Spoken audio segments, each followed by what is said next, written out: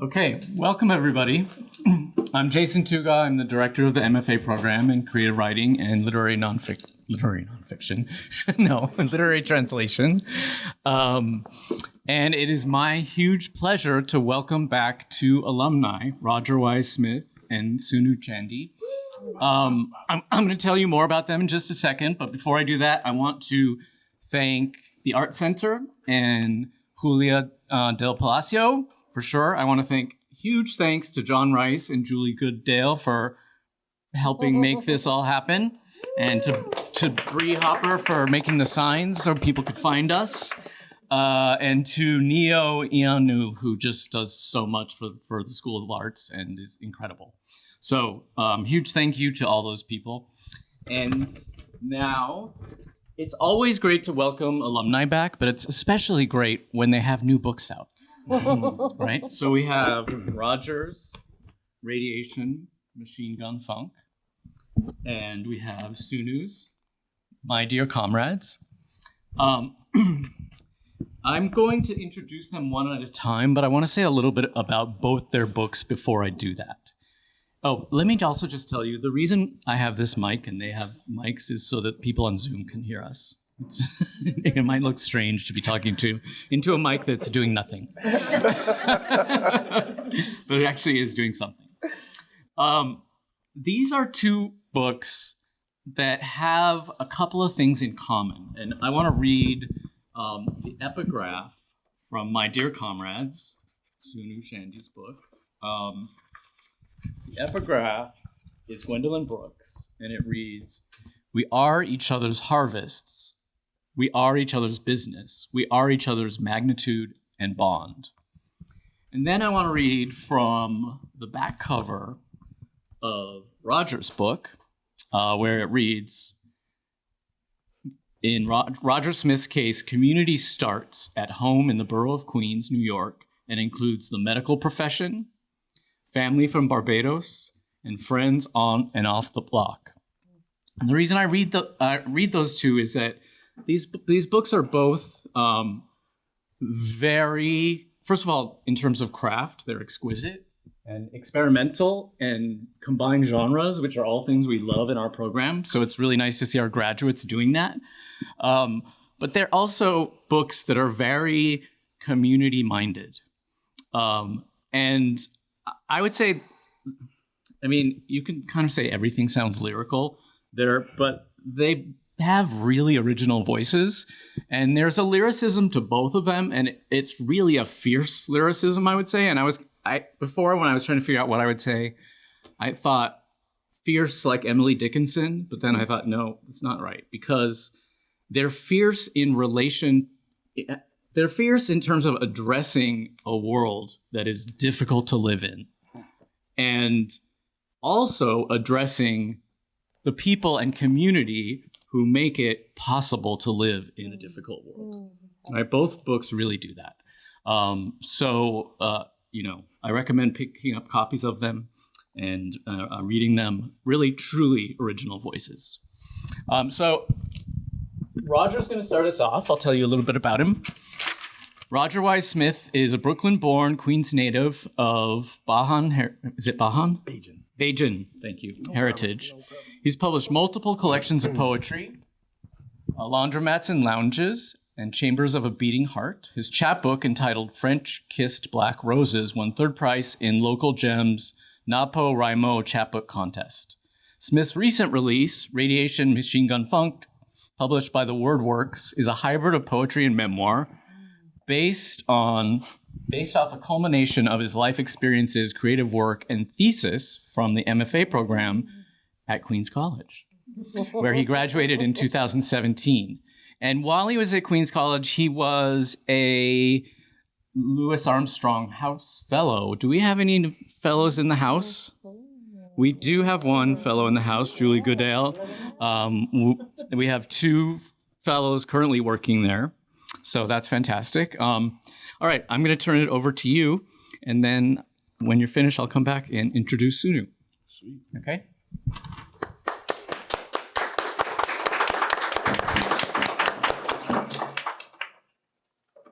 Good evening, ladies and gentlemen. Good evening. Thank you for coming out. First things first, I am thrilled. When I tell you thrilled, I'm thrilled to be back at Queens College. I totally loved every minute that I spent in the program.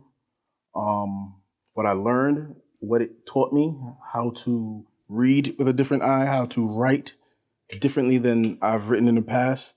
So for those who are here in attendance who attend the school, please soak up as much information from all of your professors that you can. Write from the heart, write from everywhere that you get inspiration, and enjoy. I'll be reading a few pieces from Radiation Machine Gun Funk. I have a really weird style of doing things, so I'm gonna jump right in before I even talk anymore. Oh, also, I'm going to read the title of the poem twice. Once to let you guys know this is a new poem, and another time just to flow, because some of my work does flow from the title straight into the piece. They changed your name on the first appointment of radiation therapy.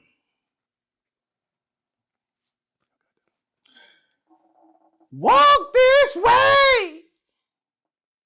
Hits my ears like an 808 when Aerosmith sang on the Run DMC tape I jacked for my brother in '86.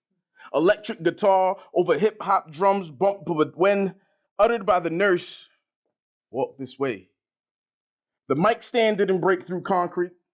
The rock steady of the disease did, and graffitied the brick barricades of my mind because I couldn't fathom why I need a radiologist. She voices Mr. I hear patient. I hear victim, I hear sufferer, I hear blood cells gathering in the garage of my pelvis with rock band intentions instantly etching over my name on driver's license, and LifeLock can't stop identity theft. This nasty lump conformed inside and swallowed me whole. How did Jonah deal in dire straits? Because my faith is contoured to compact disc, spinning freaky ties, raspy voice, and the echoes, some die with a name, some die nameless. Contrarily, my chest is pumped out in a gesture of an obnoxious confidence ready to spurt out, it's Mr. Smith. But when the door opens, my voice is ambushed by ski mask larynx, stifled by the fog of cold breath. The room is a North Face Arctic. The hawk is out. My thoughts are sub-zero. I'm padlocked in frigidness, stiff, unresponsive, and unemotional namelessness. As if Kunta died without purpose. The disease spray painting internally displays parallel images of the broken windows theorizing my environment, like how I'm treated outside of this room. The cells betraying my body are teaching me how to adapt to change, because kings are born in Bed-Stuy and migrate to Queens to expand kingdoms. Because culture grows on mango trees in Jackmans and nourishes the dark-skinned dreamers. Inception is realizing the nightmare within a nightmare on the first day of radiation. And that survivor would now be my new identity. A ballroom masquerade I'd waltz through life hesitating to acknowledge by name. Just a fancy bow tie of health and a cummerbund hiding trauma. So this entire book, this entire process was about me dealing with trauma. I had no idea where my thesis would go when I was attending Queens College. It was through listening to Kamiko Hahn, Nicole Cooley, that urged me to go in deep to some of my fears, the biggest worries. And at that time in my life, it was about maybe 10 years post having Hodgkin's disease. But, I have 3 daughters, a wife, so my worries were always about them. The title alone, Radiation Machine Gun Funk, is a combination of things. Those that may know, Machine Gun Funk is a song by Notorious B.I.G. This book is heavily based off of hip hop, off of the music that I listened to growing up. The radiation machine, of course, dealing with cancer is one of those biggest fears. Another one of my biggest fears was raising 3 girls. having them go out in this world and with so much gun violence to Black folk in this day and age, it's just those two things just swayed in my mind, battling back and forth, back and forth. My daughter and I had a conversation. My daughter and I had a conversation about cancer and Blackness in America.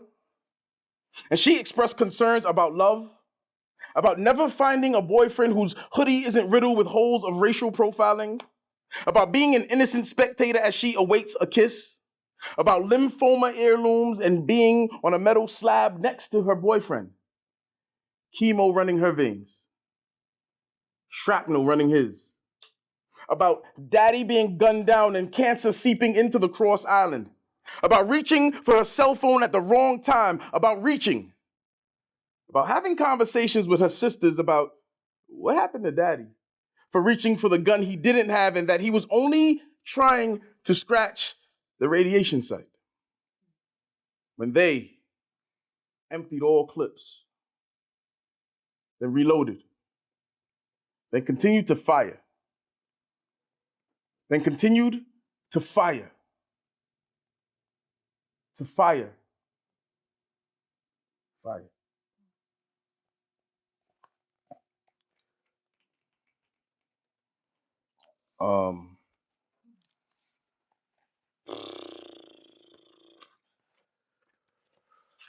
So I guess I got to listen to them when they say I graduated in 2017. Seems like it was yesterday, but it does seem so far removed from all the trauma that has happened in my life since then. Last March, I lost my eldest daughter. It wasn't to cancer, it wasn't to gun violence, but when you lose somebody at 20, it changes. Like, it's not supposed to happen. You think about, why not me? Which is one thing that I never thought of when I had Hodgkin's. I never thought, why not me? Or why me? That never came to me. It was, I know I had a cousin who had it. I had an uncle who had it. I had a friend who had it. Some of them beat it, some of them didn't. So for me, cancer wasn't one of my fears, but losing a daughter would always be a fear. I think it's furthermore a fear now because I still have two, and you want to hold them every day a little tighter, a little stronger. There's a fire inside of me burning. I don't know what to do with it or where to go with it, but I guess God has given me more work to do, more things to write about, more ways to express, more ways to reach people and have them understand that you have loved ones in your life, love them every day, love them as much as you can, express that love. When you love something as much as writing, put that shit in the paper. Get it on paper. Follow your dreams. Follow your heart. On your mark, get set. Firecrackers don't go off at 2 a.m. on a rainy 4-day morning in the middle of a brisk October, nor are they followed by sirens, battle-rapping shrieks of grief for that myth known as Black fathers. Non-transgendered dope boys of color who try out for the Olympics as the dollar CAD is 100 meters away and no longer a dollar. An M80 rings out. They high jump fences, long jump fresh cement with handprints of new love that won't last and anniversary dates that belong on tombstones. A cherry bomb explodes. They shot put their lungs through clouded ghetto air, clogged with an infusion of vape, kissing marijuana smoke, and only just before their last breath escapes them. Space blasters and whispering palms. Wake up underage aunties and uncles in preparation to prep handkerchiefs to catch the family floods that the levees of cornea can't handle. Babies see reflections of their past lives in teardrops. But when flesh tears, witnesses are hushed by the fissures left in black babies stolen by the resounding freeze. It usually sounds like screaming spiders and echo bombs sold in clips of 16, triggered by premeditated celebrations of the blue wall. Firecrackers that enter shadowed bodies and explode in a confetti of melanin, creating Jackson Pollock paintings of organs and graffiti on the pavement, are not firecrackers at all. They are the souls of our ancestors tallying up the arrival of another one. They are the expression of hatred squeezed with the perfect precision of pressure to expel a fate decided upon when they witness the hoodie. The security blanket for black teens in America because it hugs them when the streets told their fathers not to. Oh, that's soft. When the streets told them not to allow their mothers to. Oh, you're a baby. Firecrackers don't chase our babies, are not dark-seeking missiles of destruction trying to eradicate a race of cells that simply want to belong. That's a mind state, a choice. That's cancer. The gunshot. Go.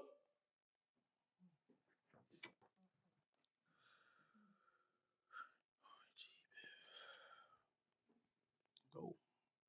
Go, go, go, go, go. So, like I told you, when I was diagnosed with Hodgkin's lymphoma, like I said, in 2011, I did not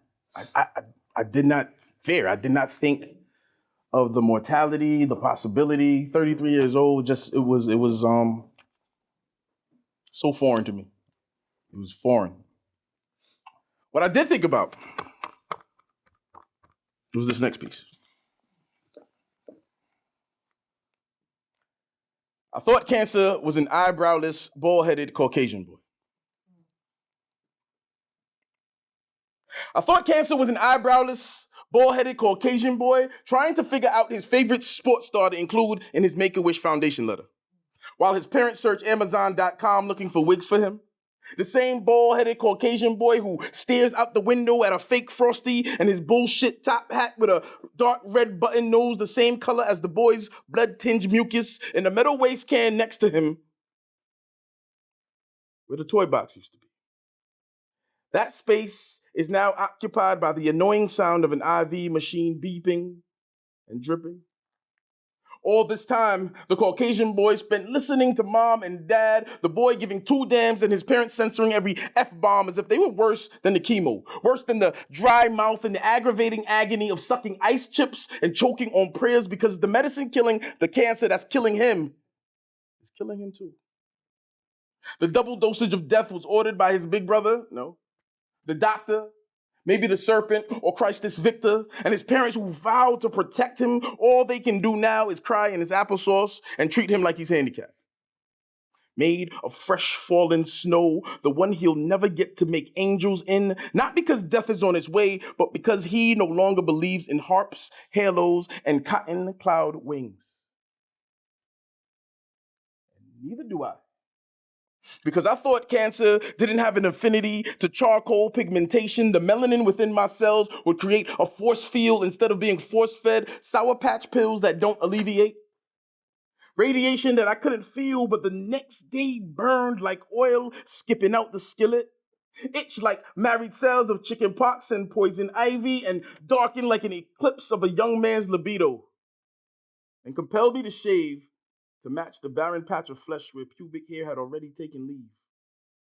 And I was left lethargic, overthinking, realizing that cancer doesn't wave a Confederate flag nor take a knee. Cancer doesn't pick and choose. There's no check the box or form to fill out. Cancer has no social media to double tap a pic or quantify likes and followers.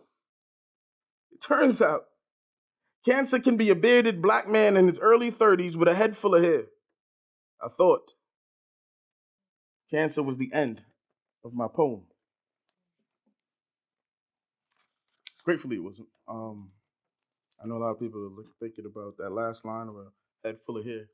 Hard to believe. Back then, I definitely I had some locks. I mean, you remember the locks? Is that right? You remember the locks? Beautiful, beautiful, beautiful time in life. Getting old things suck sometimes, you know. Lose your hair, all kinds of stuff. I got two more for you. Oh, poetry, writing, living. What's so crazy is I've read these poems so many times, right? And you put your books down. You got to put the book down. You can't just look at it over and over and over again, right? But so much happened between finding out that it was being published and getting the book in hand last September. So much has happened. I lost my father to COVID. Lost my daughter last year. Is constantly working. You're still writing. You still got to write, especially with all of those major hits. Like so many thoughts come to your head. I have a ton of unfinished poems. One day I'll get to them. I don't even know. But America itself is something, especially in these years we're talking. There's the Trump years into the Biden years, going back to the Trump years. I'm sorry, but it makes you think about life, where you live, America, America, America. So I got something for America. I too, for Langston and the Renaissance. Yeah, I kneeled, but shit, I too sing America. I am darker than the darker brother.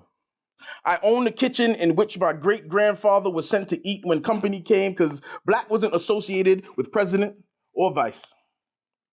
It was more vice than virtue, like nigga was an apron we wore that could jump off our skin and hurt you. Mass's House is now the name of a restaurant, a place customers reject because we ain't shucking oysters, we ain't jiving turkey. But racists are welcome. We have the perfect jerk platter for you because you are what you eat. I laugh. But under these dimples run sewers of tears, gutters of agony. There's a hint of defeat in my chuckle that mama says gives her the chills.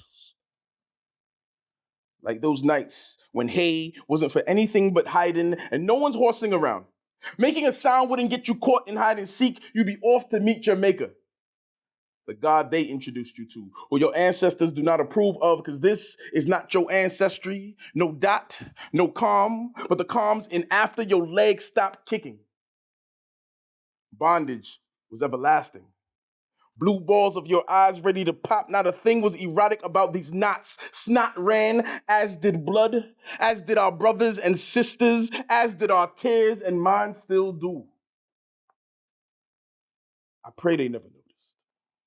I prayed they'd never know this until I was ready to share. And now I sit here cooking, eating, growing physically strong, but mentally, I'm drained. Spiritually, well, my soul only exits awaiting exits. But tomorrow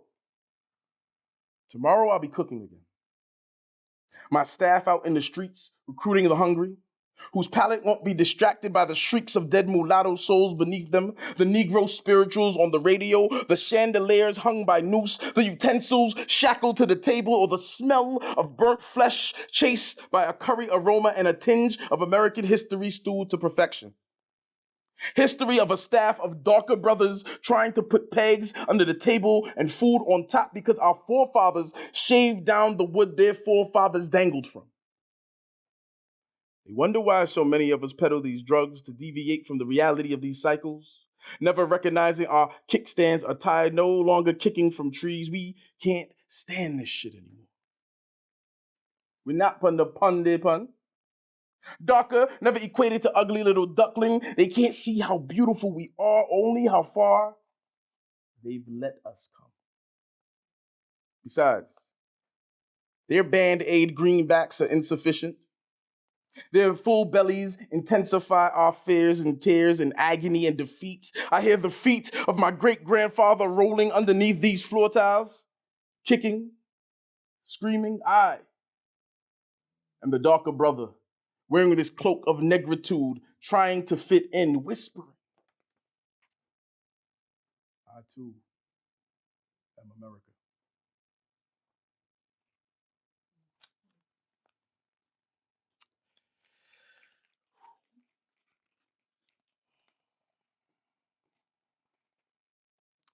Crazy world.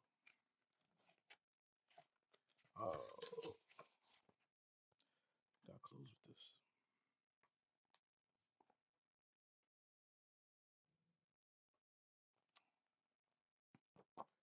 So the wonderful thing about writing, right? Writing The whole the plus about sometimes it does take longer than everybody may want as a author for the book to be published, right? So there's so many steps, there's so much editing, re-editing, revising and revising and revising. But it's a great process.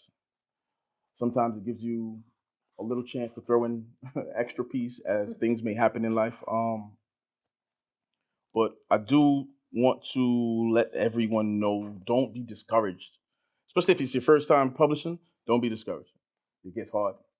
You're gonna send out poems to different places. They may not send you back a yes or no or anything. Don't get discouraged.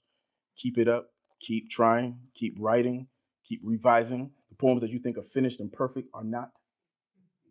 There's some things in this book I'm like, damn, I still want to change that piece, you know? So I don't think the more your eye gets used to revision and seeing things and feeling things and, oh, damn, I could have used a better line there. So don't beat yourself up. Keep going. Keep going. Keep going. Keep going. This last piece I'm going to share with you was actually about my father. So, yeah. I had a conversation with my father. That's another thing. Sorry. That's all right. So I had a poem earlier that I read. I had a conversation with my daughter. There's maybe 3 others in here. My daughter and I had a conversation. I had a conversation. That's another thing that I learned in this program. You can reuse titles and stuff. Change them up a little. There's so many tricks, man. Oh, man, pay attention when they thought. I'm serious. I had a conversation with my father about shoveling snow that he will never taste on the tip of his tongue again. There's a specific method, he tells me, so I won't catch backache. As if it were cancer or COVID-19, about currying chicken at 5 in the morning when my daughters are fast asleep, dreaming. Different than Martin and Langston. Theirs are more in sync with the audible sound of his voice, the speed of his tone, the inflection of happiness mixed with a Bajan accent, whole pitch is a concoction of heat and sweetness like delish pepper sauce. Emphasis is a spry 80-year-old voice box shaking like an 86 Chrysler Reliant K. The one my mother drove for 100,000 miles till it was content with everything it had provided and was ready to go gentle into that good night. Where the ancestors awake with open arms, calloused hands, and strong back. BiPAP machine, airflow, his art talk later was stifled. I understand now. He didn't want to leave a messy corpse. He wanted the reaper to visit him on his own turf in bed with his wife of 49 years, where his loins could rise and fall like a leaf we catch when strays shatter trees or when branches snap because the body's too heavy. It should be leaves, not leaves, for not all Black fathers do. Confusion is a pill in the bloodstream, and depression chased with fatigue is a hell of a cocktail on the rocks. That one's lungs emulate 3 weeks into the virus. He just wanted to be somewhere between Barbados and what 30 years of labor blooms. Home. I just wanted him to stay in that hospital, the equivalent of the apartment he got me out of. I was green. I don't grow green with hope. Too versed in conversations I despise, my heart darkens, shrivels, and becomes anger stir. How can Black people write about flowers at a time like this? How can I celebrate my anniversary knowing that as this conversation ends, the only time I will hear him is when the wind deviates to whisper shite in my ear, or when I'm burned my arm on that blasted pot because I ain't burned the curry long enough? His chuckle, concealed behind my cuss words, echoes for an instant, just long enough for me to recognize it.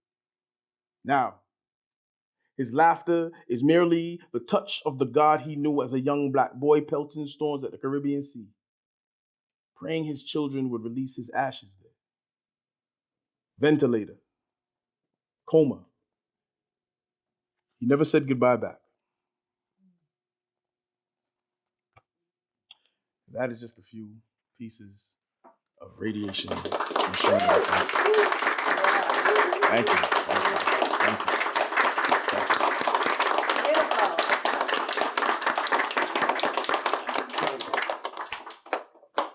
Stand, is it all right? Roger Wyze Smith, everybody. I wanted to mention the structure of this book because it's structured around side A, the B side, and bonus tracks. And as you heard, it opens with a reference to Run DMC, and it closes with a reference to Slick Rick. So, I don't know. I just really love that about it.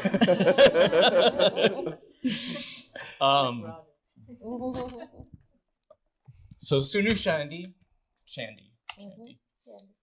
is the author of My Dear Comrades. And by the way, Vina from Q and Willow is selling books back there. And big thank you to Vina for always supporting our program so much. Sunu is a social justice activist, including through her work as a poet and civil rights attorney. She's the daughter of immigrants from Kerala, India, and lives in Washington, D.C. with her family. Sunu's award-winning collection of poems, My Dear Comrades, was published by Regal House in 2023. Sunu completed her MFA in poetry at Queens College in 2013. She's currently a senior advisor with Democracy Forward, supporting work across teams, including fighting the many attacks on racial equity, diversity, and inclusion. Sunu also serves on the board of the Transgender Law Center. Sunu is delighted to celebrate her collection of poetry, My Dear Comrades, with all of you and with the book's fabulous cover artist, Ragni Argawal. Yeah, it's beautiful. So a lawyer in the house, lawyer and poet. I turn it over to you. Thank you so much. Thank you. This is a really special event. I want to say thank you to all the professors who I had the chance to study with here. And we were not here at the same time. It's so wonderful to learn about you and your work. Thank you for your powerful sharing and for making art out of so much pain and suffering and allowing us to find connection there. Thank you. So yes, this is the book that came out, My Dear Comrades, and about a third of the book, the middle section, is about my journey to becoming a parent. I feel like y'all are not getting the full action. There are seats here. My journey to becoming a parent, and I went through many rounds of IVF. I went through the adoption process, and actually my daughter was adopted while I was a student here in the MFA program. And so it's very nostalgic to come here and think of that experience again. And I did tear up when you talked about your daughter. I'm very sorry for your loss. I can't imagine that. So as Roger was saying, there's quite a long time between when you may win an award or have a book coming out and when the book is actually out in the world. And during that 2-year process was when Roe was overturned. During that time, I was legal director at the National Women's Law Center.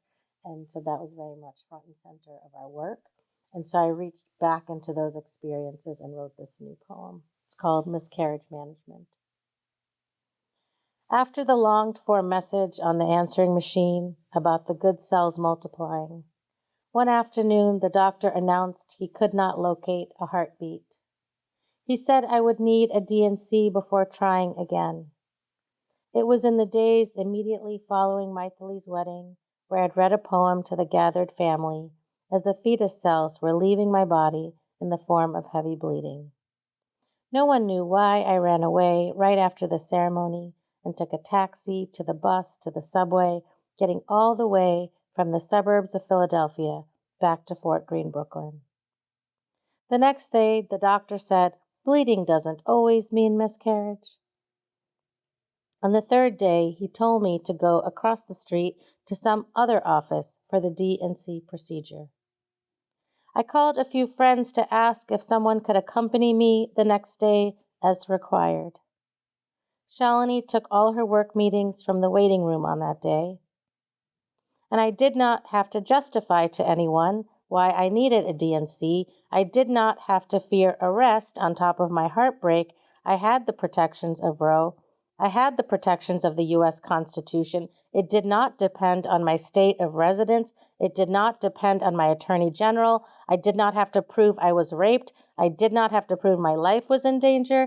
I did not have to say the word incest. I did not have to be 10 years old.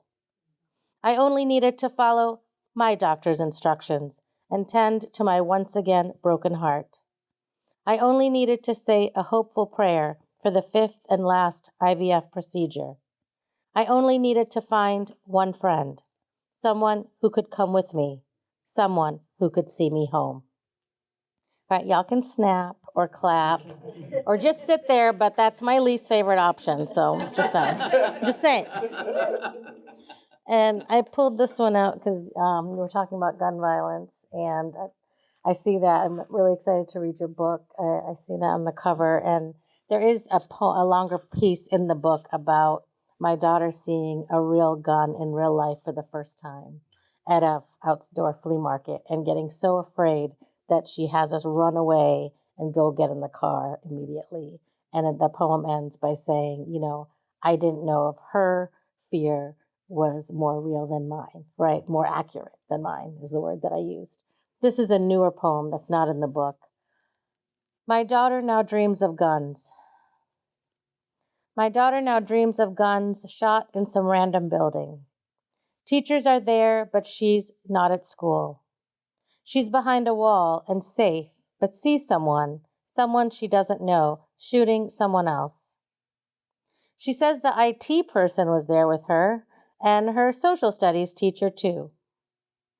Once when her school had a real bomb scare involving a former student, the police came.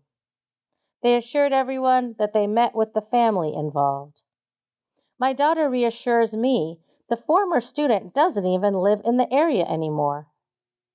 My daughter says she sort of feels okay, since it wasn't a current student, and this time there wasn't a gun. Thank you. Thank you.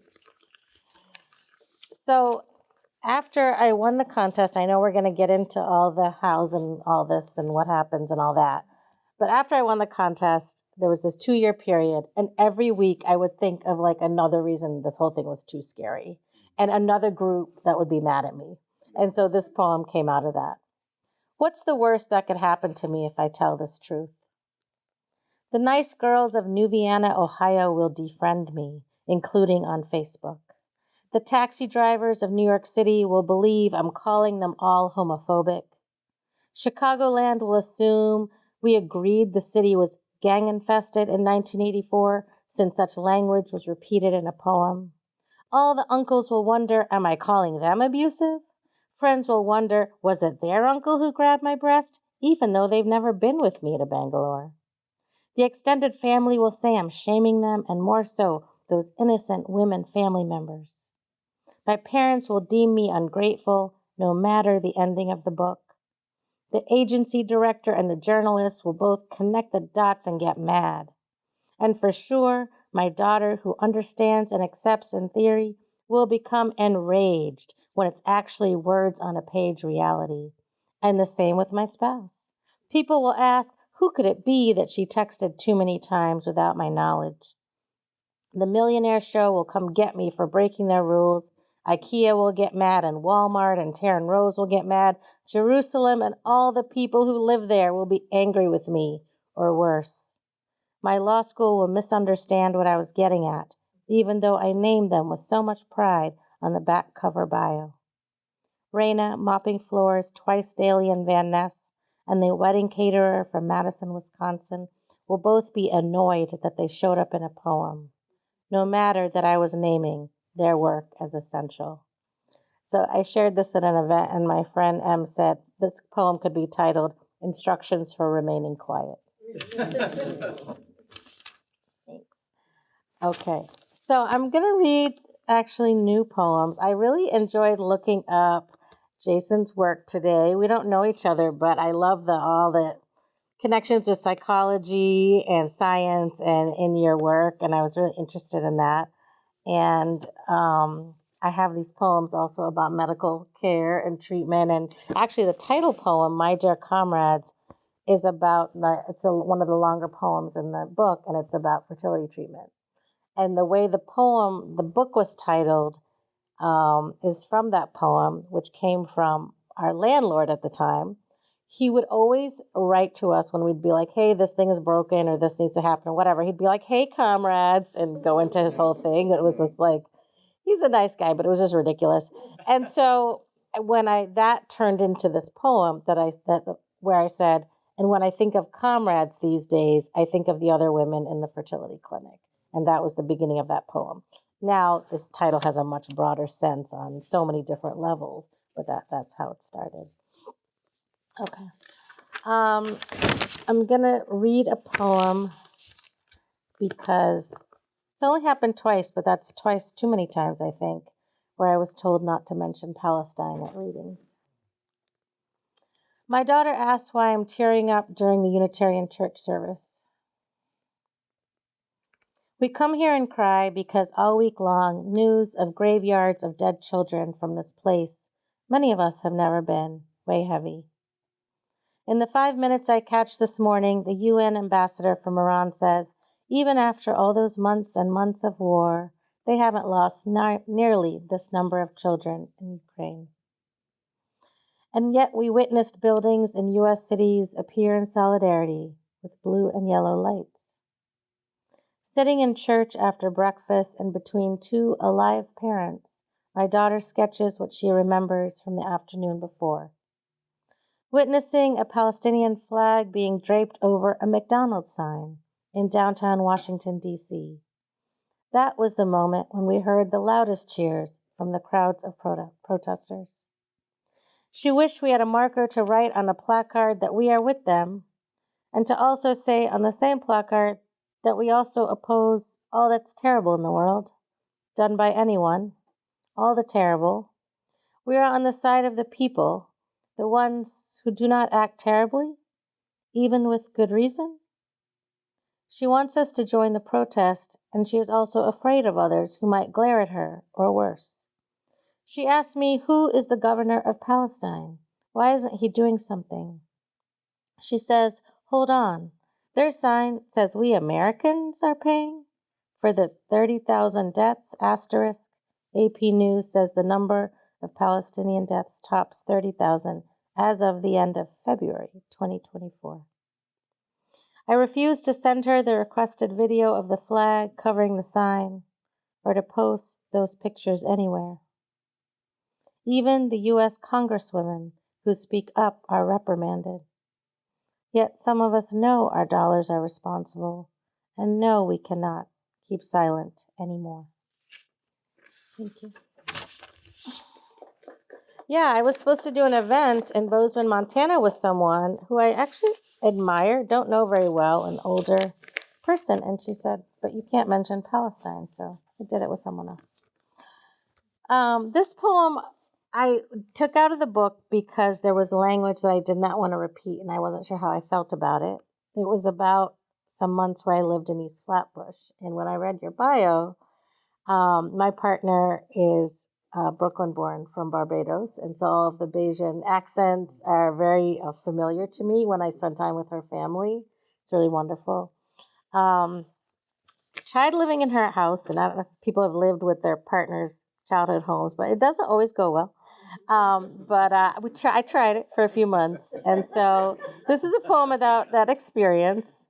But I felt very torn and conflicted about it for multiple reasons, and so I took it out.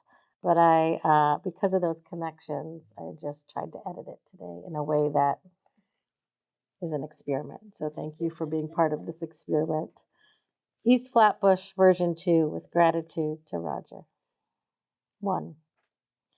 2 doors down to the right, we arrived early as instructed to surprise 80-year-old Aunt Edith. Her son and daughter tease each other laughing, and all 5 grandchildren appear, dressed up and present. The toasts range from the 10-year-old, if I want something, Granny, you always get it for me, and I appreciate that about you, to the 22-year-old, I know my life would not be this good if I didn't live with my granny.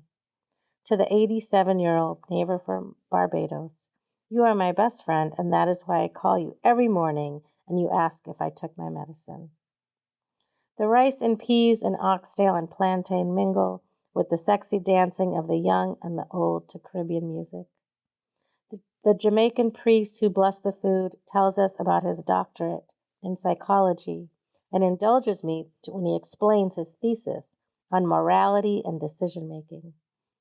Our discussion only interrupted when 3 varieties of birthday cake are placed before us on the coffee table. 2. The basement tenant next door to the left took a bat to the upstairs neighbor's windows. I heard every sound leading to that sound through our open windows. I came downstairs to say nothing but just to witness your face. Our 3-year-old child still asleep 1 room over. The entire block came outside to observe this fight. From our open window, we heard it all. You got an iPhone and you can't pay the light bill, you blank, blank, blank. You got an iPhone and you can't pay the light bill, you blank, blank, blank. You got an iPhone and you can't pay the light bill, you blank, blank, blank. Glass breaking, some children crying. I overheard you call. You called the police? He brought a bat. We can hear the glass breaking. I'd prefer not to give my name. Oh, the police came already and left. Maybe they should come back. But surely she is right. There's no need to worry. Just 2 bad apples on an otherwise lovely block. Meanwhile, in those other parts of Brooklyn, it is October. Families sip on hot cider, posed together with their pumpkins. 3. From the same walls from where we had heard cursing with the B word and the N word repeated last week. This morning, only singing. It must be the grandmother singing her loud hallelujahs in the 6 a.m. darkness.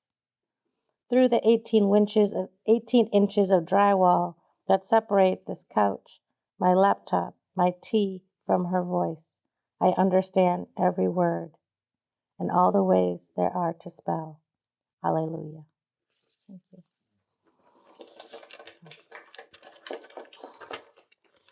So I think you were talking about like reaching down and writing what's hard and what's scary. And, you know, that used to be about being queer or going to fertility treatments. And now that's like a Tuesday. So it's like, what's hard now? Like, what is the next hard thing? So, the next 2 are sort of about the next hard thing. And then I'll close with 2 more after that. Being and belonging, flying while fat. The whole ride, I gave you the treatment I used to give Billy S., the only black kid in my elementary school. Like they say we're the same, but I need to believe I'm not as bad as you, as my skin is lighter brown and my hair is less kinky in this one traffic light Ohio town. Why do they keep saying we are the same? And in response, why do I hate you so and hate myself so? And now the same questions arise, leaving the incredible city of Toronto, where all the TSA agents and Border Patrol and Lyft drivers were all South Asian women. Coming down from this high of 2 days with South Asian women, AAPI poets, Jamaican food with Quaker friends, the Tamil Pride art exhibit, and a museum exhibit on Muslim women entitled Being and Belonging.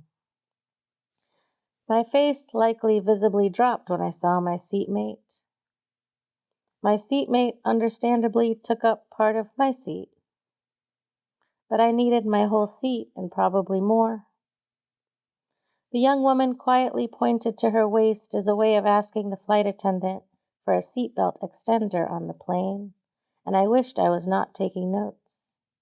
I wriggled and jiggled and finally squeezed myself into my Air Canada seatbelt, so much so that the man in front looked back and smiled and said, "Are you all set back there?"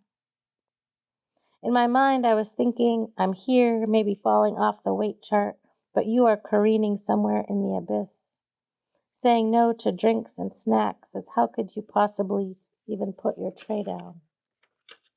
And all this time, I didn't realize I too had become the one that no one wants to sit next to, brown and large.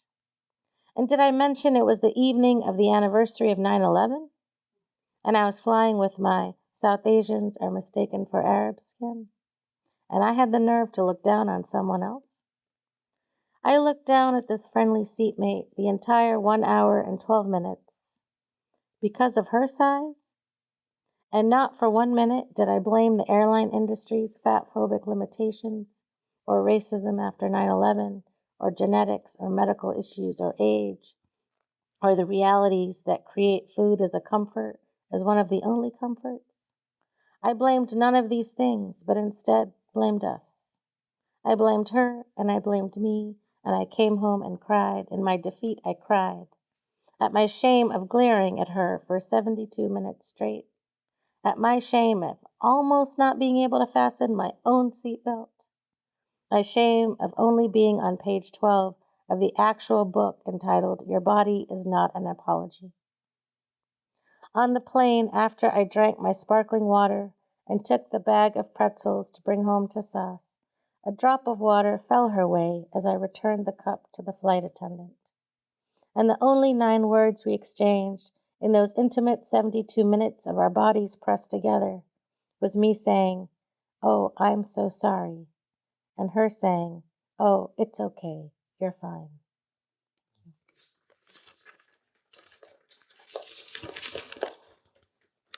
All right. Maybe I'll just do one more new one and one old one. This is the newest new one. And I also have the series Being and Belonging for the repeat title thing. Wind in a box, once you read that. Being and Belonging, unpacking on the L2 bus. Entering the L2, a meeting in her headphones, the bus driver stops her. Half paying attention, she thinks it's something about her bus fare, but he keeps gesturing her towards him, and so she stops. He says to her, "Hope this isn't offensive, but are you gay?" She gives a complicated answer involving phrases like non-binary presenting and queer without checking his box, but he correctly understands the answer as enough of a version of a yes. And so he continues his inquiry. He says it's not that he thinks gay people shouldn't get married, it's just he thinks maybe they shouldn't be parents. And some of his gay colleagues back at the bus depot got upset at him for saying that. But what do you think? You wouldn't be mad if I said that, right? My spouse, often much less hot-headed than me, paused and responded, "Where do you think you got that idea? Let's unpack that." He said, "Well, I just think boys should have fathers, don't you think?" And my tomboy spouse in her home with mostly just her mother and grandmother and sister came forward with evidence. She said, "I know a lot of young men who were raised just by their mamas and grew up to be fine men. I do know this to be true." He seemed to pause. She continued, "To be sure, a father might be a nice to have, but with so many separated families, that's not always the case, right?" And they kept chatting. And eventually she said she needed to get back to her meeting, pointing to her headphones, her colleague having heard the entire exchange. And it was not until afterwards, as she was passing by to exit the bus, just across the street from our home, filled with me relearning 8th grade algebra, and our daughter learning how to make the family whole meals from HelloFresh, did she mention this part. My beautiful wife and I might get a lot of things wrong, but I do think we're good parents to our daughter. She's 14. She's in middle school now." And with that, she went to give that bus driver a fist bump. And at that moment, at that bus stop, steps from our home, the bus driver got up from his seat. He unlatched the gate that kept him in his seat. He came forward towards her. He came forward and said, "May I give you a hug?" And when I tell my friends this story, they ask me if my wife is some kind of prophet, and I beam, because I know many of us like to think we have good hearts. But this one, she must have her mother's wild grace, in addition to her own wild patience, too. Thank you. And I'll close with this little tiny poem, teaching my daughter to recap the toddler toothpaste. Don't push hard. Don't push hard. No need to press it so. Just place it gently on top. Let it settle into its place. Only then, gently twist. Not that way. Not that way. The other way. Try one way. Try one way. If it doesn't work, then stop. Then stop. Stop completely. Then try another way. Trust me. Trust me. You will know when it is time to stop turning. Thank you.